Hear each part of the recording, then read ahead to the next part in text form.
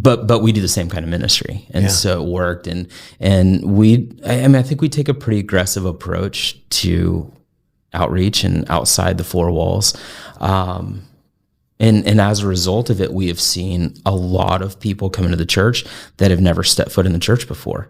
And that's all we want. Yeah. I love discipleship and growth, but at the same time, it's incredible to see actual kingdom growth and big kingdom growth. And so we saw a lot of that coming in, and I think a lot of it was just that aggressive outreach approach, and while bringing in kind of, what you started with, maybe a new generation of pastors and preachers. And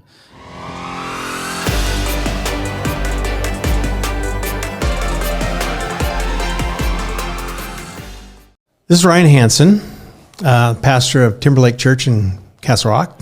And he and his wife, Shaina, have been pastoring the church for 7.5 years. I know that because he just told me.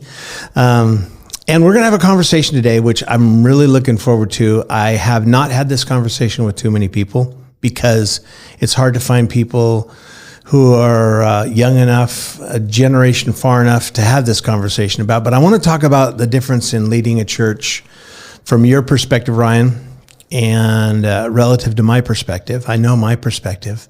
And we've had some pretty good conversations over the years about what it's like to lead. And so that's what I'd like to do today, if that's okay with you. Let's do it. Yeah. But first, let's kind of get people caught up. How did you get to Castle Rock? How did you get to Timberlake? Yeah.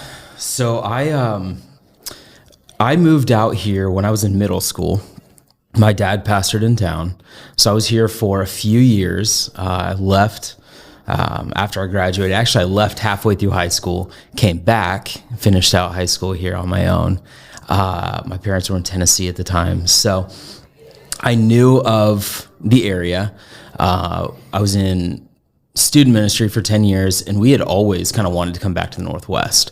And so just throughout the years of, job changes or whatever else in youth ministry, we always kind of looked at the Northwest, and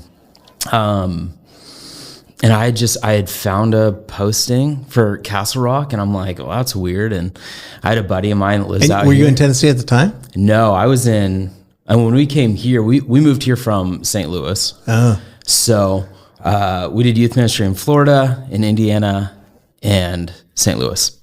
And so we were in St. Louis and saw this job posting. I had a buddy out here that said, don't move to Castle Rock. And I'm like, no, I'm going to move to Castle Rock. And so, so we came out here. I had brain surgery 5 weeks prior to coming out here. That's what it takes? Yeah, apparently. And that's crazy. We came out, and that's how we ended up out here. Wow. So. Wow. Yeah. But you grew up in the church because your dad pastored. I knew your dad. Yep. He was a pastor at Kessel First for a long time. I didn't know you knew my dad. Yeah. Yeah. Yeah. He was, And so you knew the context of leading a church because you saw your dad do it. Yeah. Did you like what you saw? Depends on what day you ask. Yeah. I grew up in ministry. My dad was a pastor when I was born. So, he was in ministry he was a pastor for, 45 years, something. And so, growing up, ministry was hard. As a kid, ministry was hard. We saw the very, very best of ministry and the very, very worst of ministry. Yeah. In the same day. Yeah. Well, maybe usually before lunch. And so, we saw the best and the worst. And my dad actually made me go to a Christian college because it was cheap. And I was planning on transferring out, and I feel like God kind of solidified the call when I was in that freshman year of college. And so I ended up staying and then going right into ministry. Was college a good thing for you? Yeah. Healthy? Yeah, it was good. Is that where you met Shaina? No. So I had to do an internship. And so I went back to my home church in Cincinnati, and Shaina happened to be doing an internship as well at the same church. So we met there, and 11 months later, we were married and started ministry 2 weeks later. So. And the family came along after that? Yeah, family came along after that. Wow. Yep. That's a lot to happen in a short period of time. Yeah. You know, because, so you came to Castle Rock, and Castle Rock had gone through a lot of transition. Yeah. Well, you walked into a lot of work.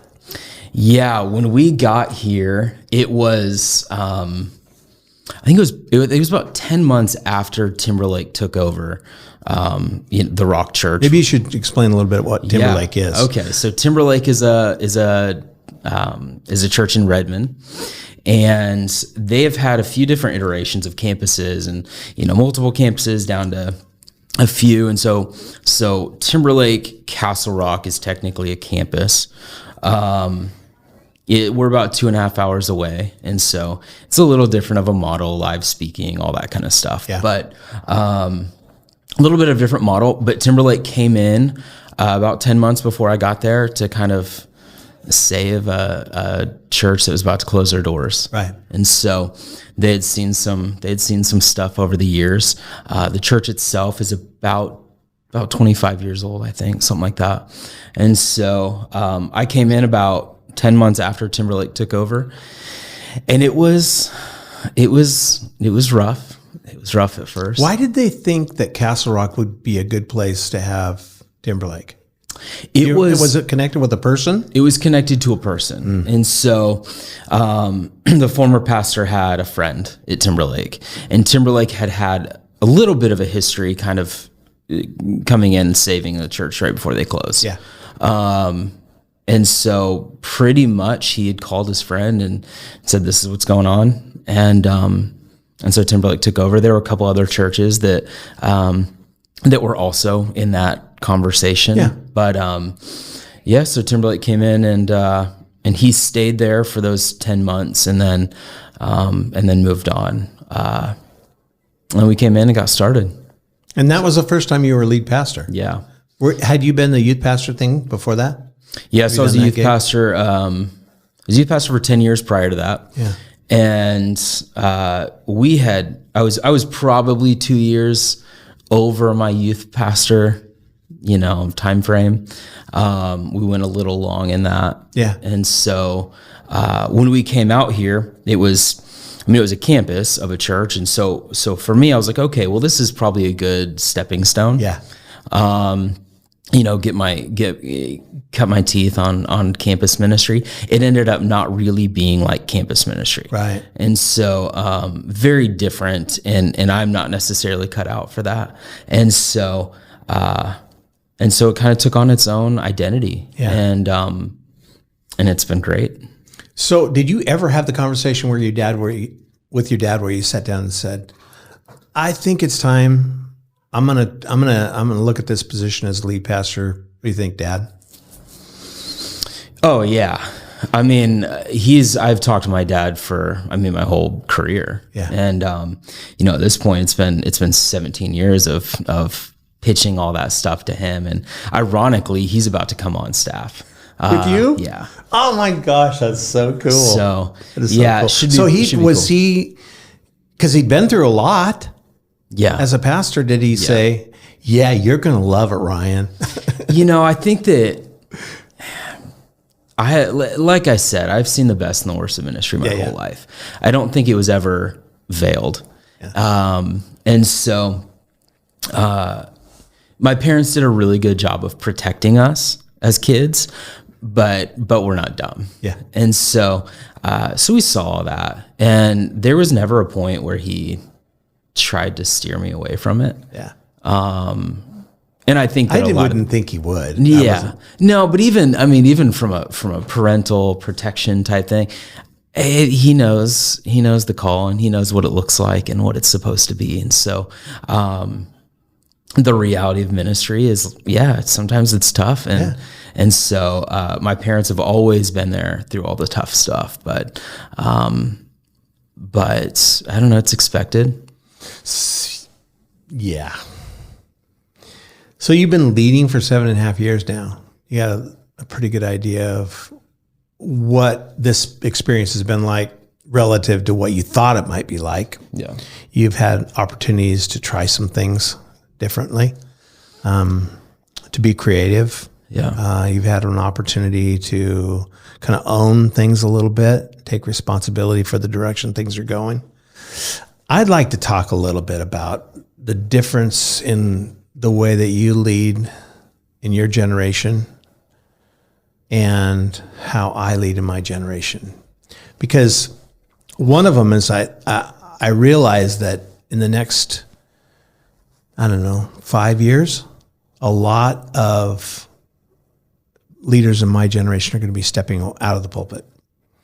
And somebody's got to step in there. For one, I don't think that we're quite ready for that. We're not ready to let go, but also I don't think there are enough pastors who are ready to step into those positions. Right. So I have some real concerns about where things go in the next 5 years. Founded or not. And so maybe we can talk a little bit about that. But how do you what do you think the difference is between the way my generation leads and the way your generation leads? How does that work itself out in the dynamics of leadership? Yeah. I probably have I don't know if it's a unique perspective or even a good one, but I'm a Midwest Bible Belt kid. I grew up in the thick of church, right? Yeah. Everybody goes to church. It's just what you do. And so through that, I feel like I almost took on an older generation pastoral perspective. Yeah. That's kind of buried deep inside, maybe not an exterior thing. And so as a result, I think that's why we have a pretty multi-generational church. Yeah. That there's appeal on all the ends. Which is not true in some churches. Sometimes it's difficult to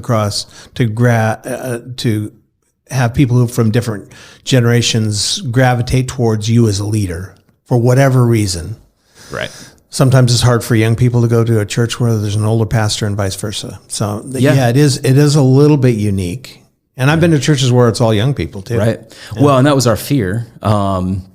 When we got started, our fear was, at the time we had 3 kids in kids ministry, and we came to a church that didn't really have kids ministry. And from a selfish perspective, we're like, okay, we have to have kids ministry, and I want it to be really good because my kids are in it. They're going to be the ones that are benefiting from it. And so we really, really worked on kids ministry. And there was a real fear of, we want young families, we want to grow the church and have youth but then you also, we don't want it just that. I love that our church is multi-generational. Yeah. And so, the difference in generations, I don't know. I think that technology gets used different, creativity gets used different. I remember what church looked like 30 years ago. Yeah. It's a lot different. Yeah. And so we try and employ all of the new stuff. We want an appeal. We want to have church that draws people in, that's attractional, and not that that's not happening somewhere else, but when we started this was our first lead position. I don't think I did anything different than I did in youth ministry. We kind of joked about the problems being different. You get there and the problems become bigger, but it's still kind of it's still problems. Yeah. There's still problems. Yeah. You're not necessarily dealing with high school breakups. You're dealing with divorces. They're just inflated, problems. And so we just did things like we've always done. I feel like our services are the same as they've always been. And for whatever reason. How much of that was you and how much of that was dictated by Timberlake? Because they're a pretty aggressive, outreach-focused organization. So it made it easy to be outward focused. I think it was easy because I fit the bill. Yeah. You weren't pushing against stuff all the time. Do what? You weren't pushing against things all the time. We just, we really did what we do, Yeah. and it just happened to kind of, we're playing the same game. Yeah. And so I think a lot of it worked and a lot of it didn't work. I mean, the amount of fails that we've had throughout the years, but a lot of it worked because we're doing the same thing. It fit with the model that they were wanting. And so as a result, there was a relatively large separation. That 2.5 hour gap between our other campuses is massive. Yeah. We're on an island kind of feel. And, but we do the same kind of ministry. And so it worked. And I think we take a pretty aggressive approach to outreach and outside the four walls. And as a result of it, we have seen a lot of people come into the church that have never stepped foot in the church before. And that's all we want. Yeah. I love discipleship and growth, but at the same time, it's incredible to see actual kingdom growth and big kingdom growth. And so we saw a lot of that coming in, and I think a lot of it was just that aggressive outreach approach, and while bringing in kind of what you started with, maybe a new generation of pastors and preachers, and but you're leading your leadership team, your elders and stuff like that. They're all older than you, right? Yeah. So you're leading alongside people of a different generation. Yeah. How have you felt supported? I don't know, that's kind of a dumb question. Of course you feel supported. Yeah. But how does it work being a young leader with an older group of people that are part of the church leadership itself, like the elders or board? Yeah. I mean, I'll go back to your dumb question. We're so incredibly supported. It's wild. Yeah. Maybe too much, that I'm like, somebody pushed back on me a little bit. But it's just such a good group of people. When we first got here, when I first came out to interview, we had met with some people in the church, and there was somebody there that was looking real just skeptical. And then we left, we went back home, we ended up moving out here. My first Sunday, she comes up to me and her eyes are squinting and she's like, "You really think you can do this?"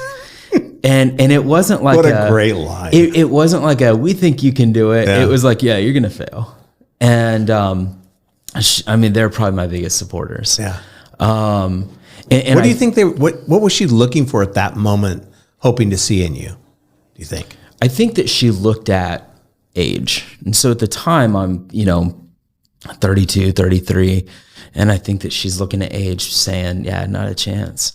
The turnaround, I think, was there are still a handful of founders in the church, and they have stuck through a lot of stuff throughout the years. And I think that what God is doing in our church right now is what they prayed for at the beginning. Yeah. And so they started with the kind of nervousness, the generational gap, and saw God work through whatever's happening there. And so I think that was kind of the turnaround for them. I was there in the beginning. Were you? Yeah. Yeah. When they met at the school. Okay. Yeah. And it is what they wanted. Yeah. And those people who are still there that started with the original group, I mean, what a joy that just to have people stick with it, like, cause it's not at that point, you're like 3 or 4 leaders in maybe, and they've stuck through all that, all the moving, the building. I mean, they made huge investments into the new building. Huge investments. And it's rare for people to stick around. Yeah. It's a rare thing. And so people that attach themselves to a leader, don't stick around. People that attach themselves to the mission of that place, tend to, and it's cool to see. And thank God we have some of those people in our church that have been there for the last 25 years and stuck through some pretty wild stuff. And I'm sure that they'll stick through more wild stuff, but, thank God they're there. So. Yeah. From your perspective, Ryan, do you ask for their support? Do you ask them to be involved in what you're doing? Or do you kind of wait and see if that's something they want? I mean, I know it's a back and forth thing. I know it's not just one or the other. Yeah. But I'm interested sometimes. What I hear from older generation people is, I don't have anything in common with them. They don't want to really spend time with me. What I hear from younger people a lot of times is, I just not really feel like they're into what I'm doing. How do you bridge that gap? Yeah. In your internal leadership? This might be a weird idea or perspective, but even as a kid, I, for some weird reason, always identified with the older generation. You're sitting at the adult table. Yeah, and not the adult one. I'd rather be at the grandparents' table. Yeah. And as a kid, it was always like that. I mean, even through youth ministry, I always said I'd be better at seniors ministry than youth ministry. Whoa. I don't know why.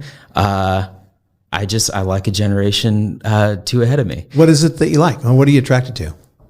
I don't know. I think that just relationally, I've always done better there. No idea why. And I also think that age has changed quite a bit. I don't think 40-year-olds look like 40-year-olds used to look. Yeah. I don't think that 70-year-olds look like 70-year-olds used to look. Thank God. Yeah, I do. I think that age is a lot younger now. Yeah. And so when we talk about a different generation in our church, I don't know that there's this massive divide of, a generational divide. I think that gap is closed quite a bit. I think the divide now is style. Yeah. Well, originally that's what divided us. Yeah. Drums in Sure. a church. Come Sure. on. Right. And then we kind of got over that. And then a lot of it was dress, tattoos and piercings and all that stuff. Yeah. And we got over that. Yeah. I don't know. I don't even know what it is now. I don't know. What are the kind of things that divide us now? I mean, I don't know, politics and woke stuff and whatever else. But I have somebody in our church that he probably doesn't fit the bill of age is younger now. Yeah. He looks like you would expect his age to look. Doesn't seem like a guy that would maybe fit the style of where we're at. Every time I see him walking on a Sunday, he walks over, he grabs his earplugs, and he goes and finds a seat.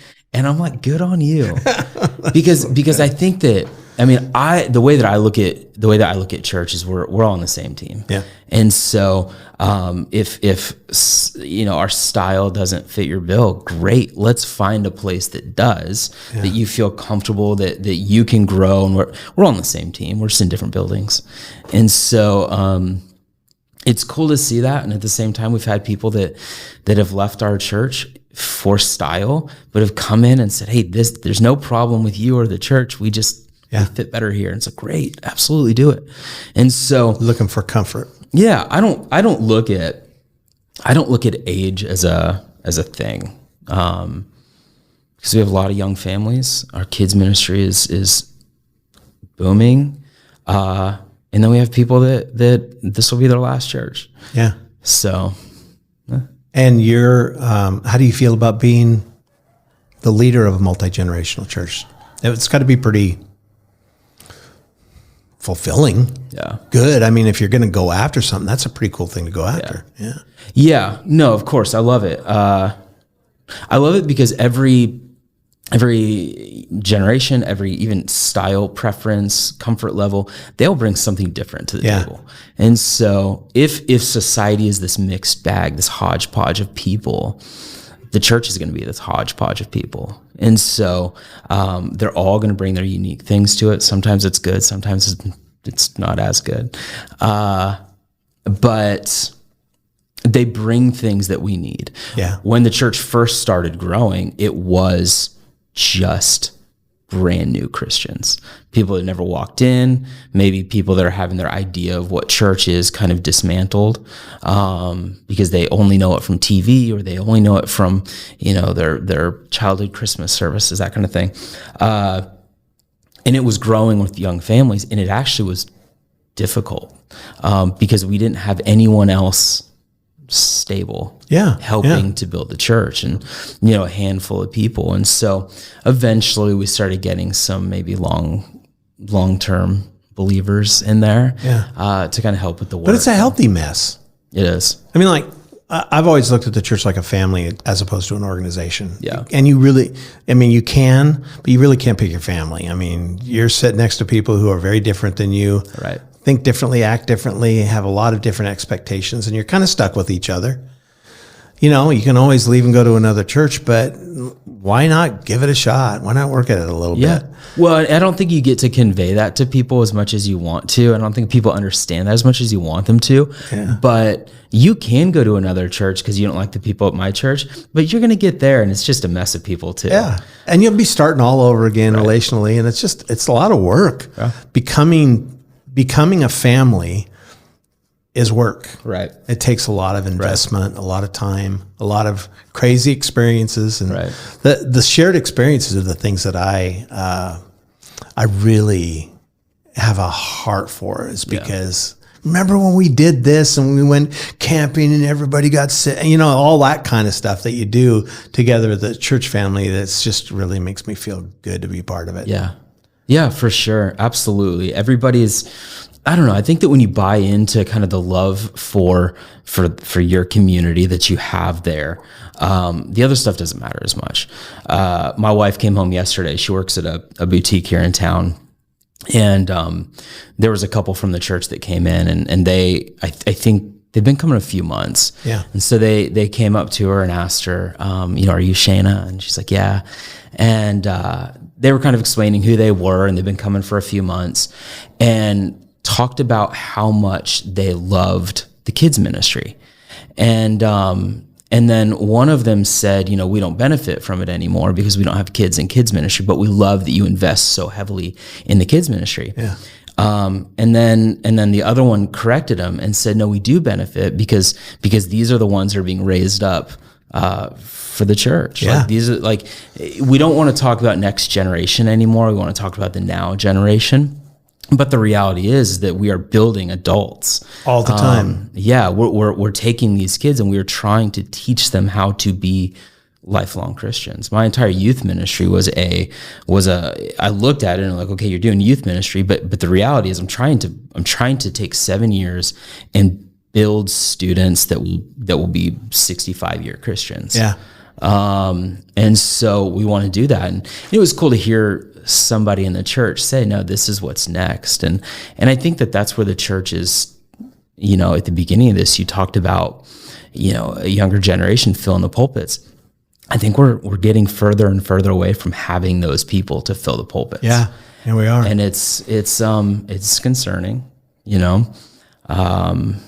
Retirement probably won't ever happen because we just need pastors out there. Yeah. So it's interesting too, because it's got to be really fulfilling for you, Ryan, to have children's ministry be the focus 7.5 years ago when you came in. We need to make sure we do this. And then 7.5 years later, that's the thing that people mention is the children's ministry. Yeah. So it's like, yeah, it worked. Right. It worked. Right. It sounds funny to say it worked, but that is a lot of the feelings that I always had about ministry and pastoring a church. Is like you expect things to be difficult and work a lot of times, but then when things go well and things actually work and people actually connect with God and connect with each other, it's like, whoa, this is so cool. Every once in a while, something will work. Yeah. Every once in a while. And it's good because we need it. Yeah. Are there any things that you would love to do if you had more of something? I mean, like more people, more space. We were just talking about that earlier. Space, money, space people, runs out quick. What would you do if you could do anything you wanted to? Would you do things differently, or would you do what you're doing right now? That's a massive question. I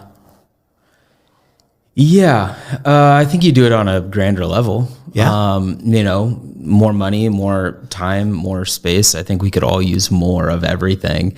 And if we had more, are there things to do? Absolutely. For whatever reason, I think that God keeps a cap on things. Mm-hmm. Maybe loosens it as we go. You know, maybe it's for our own capacity. So I don't think that I would change anything. I would have bigger, better, louder, faster, whatever. But I like what we're doing.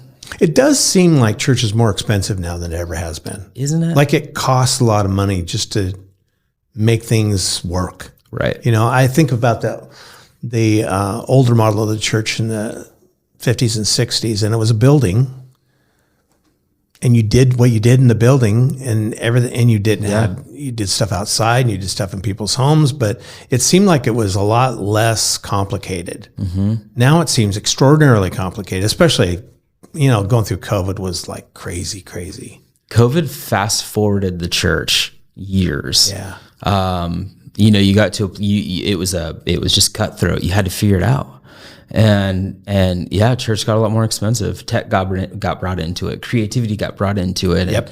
And, you have new employees that position didn't exist 30 years ago. Yeah. The other side of it is my wife teaches Sunday school, and Sunday school curriculum has always been a challenge for her because it just seems like it's written for somebody else. Yeah. It's like, it's hard to grab a hold of something and go, oh, this feels like me. Yeah. And she found something online that was free, or you pay a small cost per year, not very much at all. And she found something that really worked. And I think that was the benefit of technology. Sure. Because there's probably AI involved in developing it, and and it's marketed well, and it's done inexpensively, and so sometimes technology really does help you do things better. Yeah. I think of the way that we communicate now between the leadership and members of the church is you have to be on top of it just to be able to communicate with people in a way that gets their attention, keeps their attention. It's really difficult to do. What do you bring to that table as a leader? How do you see communication within the church that might be a little different than I see it? I think that I'm probably even a little bit behind on that than where I should or would want to be. It don't seem like it. I have reached an age where I don't want to learn new things. And it's I didn't see it coming, but it showed up. And so there are things that probably could make our lives easier that I don't employ because we don't. But I also think that's that next generation type thing. You hire people to fulfill your weakness. You hire people to fill in the slots that you don't have. When I started in ministry, I was like, okay, I need to learn how to do everything in ministry. Yeah. Because I won't always have people around to do that. And so it was learn how to lead worship, learn graphic design, learn video stuff, learn this stuff so that later on, like you just have all of the things. And, of course I'm probably jack of all trades, master of none, but it's beneficial in communication. It's beneficial in growing and evolving a whole church. And there's a cap on that, right? You have a ceiling on what you can do and what your capacity will be. But the upside of that is that you can support people who might be interested in those things. You actually know what you're talking about technically. You know what you're talking about with worship. I try. So it's like you can appreciate somebody who values that at a higher level than you do. Right. Yeah. And I think sometimes people, especially people in the area of worship and technology, feel like I'm the only one who gets this stuff. Right. And to have you get it is a big thing for people. Really encourages them. I mean, I appreciate that stuff. I appreciate that the church can use it.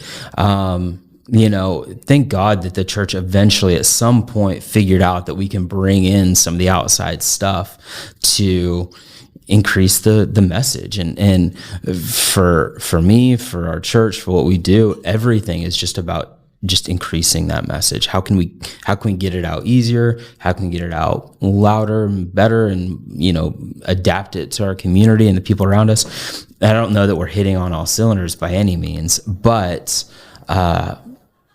there's a desire for that. And I think that we've seen some of the fruits of it. Let me ask you a deeply personal question. Okay, do it. When you're preaching and you look out and you see somebody on their cell phone, does it bug you? It's weird. You probably don't even see it. I don't know that I can see it. Yeah. We have a couple spots in our auditorium. And our auditorium is dark. but we have a couple spots that are illuminated by a light. Like there's a sconce on the wall and the person that sits, and so there are like 4 spots across our auditorium where somebody is lit up every week. It's miserable because you know everything they're doing. But I don't know. I mean, maybe my kids, and then you got to yell at them from the stage, but I can't really see them very well. Because it's part of your life. Yeah. Maybe not a part of your whole life. There was a place when you didn't have a phone. Yeah. Like, unlike some people. I talked to a guy the other day that was pastoring a church at 23, lead pastor of a church at 23. And I'm like, I have no idea how you're doing this. Yeah. Because it's just such a different view of things. There's so much. He was talking about how difficult deconstruction is right now. And for him, because he knows what they're talking about. He has some of those same concerns, but he also doesn't want to see people move away from God. Yeah. He wants to keep them held together. Yeah. I mean, man, I can't imagine doing this at 23. I mean, looking back at I started youth ministry at 23. Looking back, it was embarrassing. Looking back at some of the things that I did or whatever else. And so, to lead a church is wild, but yeah, obviously we're just in a weird time. Yeah. And, at 40, there's that deconstruction stuff is in me, and there's plenty of stuff that in my own life that I'm like, okay, I need to figure this stuff out for myself. I don't think that deconstruction is a bad thing if you're reconstructing from a biblical perspective. And if you're doing it in relationship with other people, if you're locking yourself in the basement and having a deconstruction party by yourself, that's probably not the best thing in the world. The problem with that, I don't know, what do you call it? That idea is that everybody just tears it apart, and it's okay to understand what you believe, but then they just stop. Yeah, they just tear it apart and they never put it back together. They never put it back together, and you have to put it back together. I mean, absolutely, have an idea of what why you believe what you believe. Build a good biblical understanding of what you believe. Yeah, but unfortunately, that movement just doesn't do it. Yeah. So, well, I think there's room for it. I think there's room for those discussions. I mean, there's got to be. Otherwise, we're going to lose a whole generation of people who are confused, and you're the last person they're going to sit down and talk to because you won't have a conversation with them. Right. I think that's really important right now. Yeah. One of the things that I have always enjoyed about our relationship is from the moment we sat down and had coffee together, which was, I think it was kind of out of the blue. I'm not sure how we got together the first time. Probably just me calling you up and saying, let's go do coffee or something. But the thing I loved is you always made me feel like you weren't wasting your time being with me. Like you made me feel like I was valuable, and I had things that were worth having a conversation about, that I wasn't just like that guy. It's because I think you're so cool, Jeff. No, it's not. No, I'm serious. It's just like you pulled me in, and I wish more younger leaders would do that. You weren't threatened. You didn't feel like, maybe it's just because you grew up with your dad and you knew what old pastors are like, but it was like, you really did a good job of making me feel valued. And I think that's a good message for both generations. Yeah. Let it happen. I mean, sometimes I think when older guys are experiencing that, they kind of brush it off and say, he's just doing this for me or for us, whatever. Yeah. But he's not real authentic. Yeah. In his desire to spend time with me. And I think it's cool. I think there's so much value in spending time together. Yeah. Obviously. No, I do too. Thanks for saying that. That's really cool. And very, very authentic. Like I really do. I don't know why. I'm terrible at relationship. I'm just not good at it, but I'm very introverted, but, I don't know why that doesn't happen more. I think that there's an idea that learning goes in one direction, but I don't think that learning is one directional. No. And so, an older generation that is still in ministry, absolutely needs to be learning from a younger generation. At the same time, younger generations have to be garnering that information from experience. If you want to grow, why would you exclude experienced people? Yeah. I mean, and if you want to grow, why would you push away people who grew up with some things that are foreign to you. Right. Like, help me understand this. You know, like that's a lot of my relationships with younger people are help me understand how you think. Because I don't know, but I want to. I want to know. I think it's valuable for me to grow, to learn and grow as an individual, to understand a little bit more from your perspective how things are. So I've always enjoyed that. But anything you want to ask me? Because you said that in the beginning. Are you the only one who gets to ask questions in the interview? Well, I will say, based on what we just talked about, though, is I think that your desire for that is very real and clear. And so, from my perspective, it's easy to say, for us to sit down and have a conversation, because I think that you're authentic and genuine in your desire for all of this, and that makes it easier to say, let's hang out and have a conversation, and let's talk about church, and let me get from your experience. And I think it comes across very genuine. Well, good. I'm glad. Thank you. Yeah. Questions. I mean, I didn't have a question specifically. That was just, I don't know, maybe functional. You don't have to have one. Functional. No, I'll come up with some.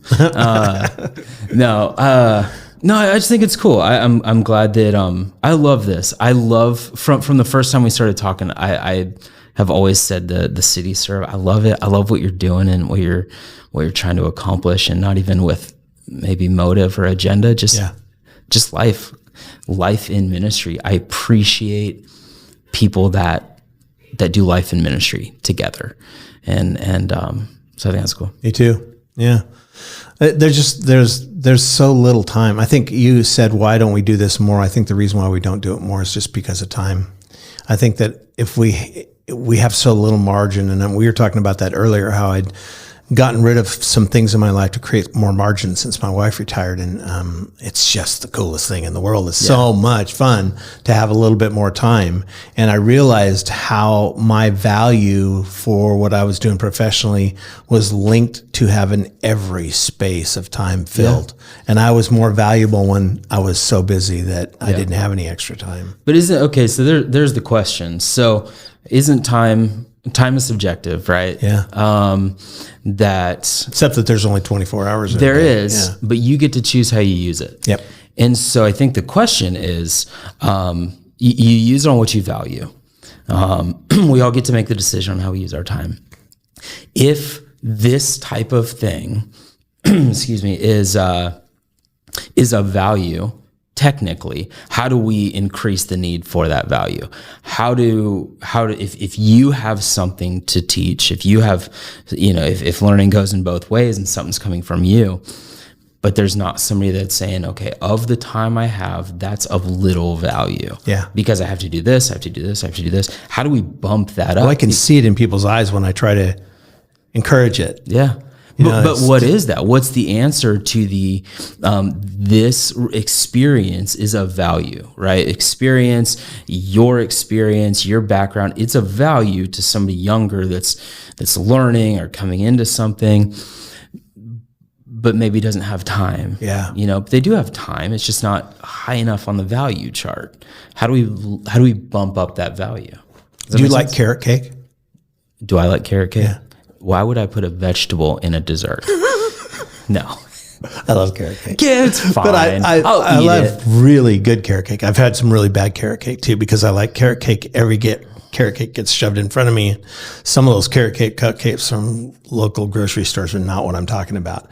But I love really good carrot cake. But you can talk about carrot cake until you're blue in the face. And until you taste really good carrot cake, you won't have any value for it. It'd just be another dessert with vegetables in it. Sure. But really good stuff makes a difference. And I think some of the answer to that question is you have to give people a chance to taste it a little bit. Sure. Somebody's got to get out there. And I love the fact that I get to do this. Right. Somebody's got to get out there and get across the table from another person and not have it all figured out before you get there. Right. But just, enjoy the back and forth. Enjoy not having the answer to every question, and enjoy not knowing what the other person's thinking, and not being secure enough to just have a conversation anyway. Right. So I think you have to, some of this stuff, you just have to taste it until you know what it's like when you can't really teach somebody to preach well. Right. You have to do it and make lots of mistakes and feel really inadequate and learn and grow and try to get better at it all the time. Yeah. I think relationships the same thing. I mean, most people don't value it because they're afraid of it, and they actually, instead of just enjoying it where it's at, they actually devalue it so they don't have to do it anymore. I mean, it's, and for a lot of reasons, but I think a lot of the value in relationship is tasting good relationship. Yeah. Once you do. Well, and I think too, I think that you're kind of breaking the mold for our community with this and what you do. And that's not even, I'm not pandering that. I don't think that exists here.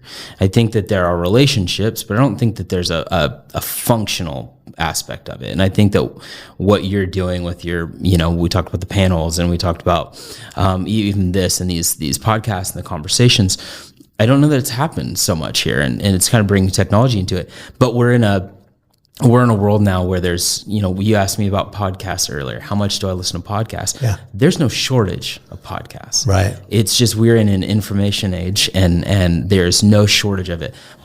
I can go online and listen to podcasts until my face turns blue, but it all lacks relationship. Yeah. And so bridging the gap between information and relationship is probably such a massive thing. You do realize, though, that God had to fire me from my old job and make me unemployed, and then give me a vision for something new in order for this. I would have never done this. Sure. But he said, I want you to stop doing what you're doing, and then I want you to go this other direction. Just walk with people. Walk with them. Don't try to fix them. Don't try to make yourself the hero. Just walk with people. And then I had the time to do it. I could have never done it as a pastor. I didn't have time. I was too busy doing every blasted thing that needed to be done in the church all the time. But now you are a facilitator for however you got to that facilitation. And I'm going to show them how great it is. Yeah. But you are. You're a facilitator of connection. You're a facilitator of information and relationship, forging that bond. Yeah. How you do it, I have no idea. And I'm enjoying it too. Yeah. And I really want people to see that it's really enjoyable. Yeah. It's not work being in relationship with other people. Sure. It's like, just let go. Right. Stop freaking out about every little thing that something? might happen. Right. And just enjoy the people around you. Right. Ryan, you're awesome. I really appreciate you and our relationship. It's obviously been a lot of fun to hang out. We could sit down and have this conversation for a couple hours. I think it seems like time has flown by. Yeah. But I really do hope other people will watch this and pay attention to the enjoyment we have in this conversation, and not think about the content as much as just like, these guys are enjoying this thing. Yeah. At least I hope you are. Yeah, it's fine. No, of course. Yeah. And that's the thing. I mean, I don't know. I don't know that any of us have all the answers or whatever else. We're just trying to get it done. And so that's all we're trying to do. And so I appreciate what you do, and I appreciate this conversation and your friendship and all that. So. Yeah, thanks. It's like you said, we're part of the same team. Same team. Might as well act like it. Right? Thanks a lot, Ryan. Yeah, thank you.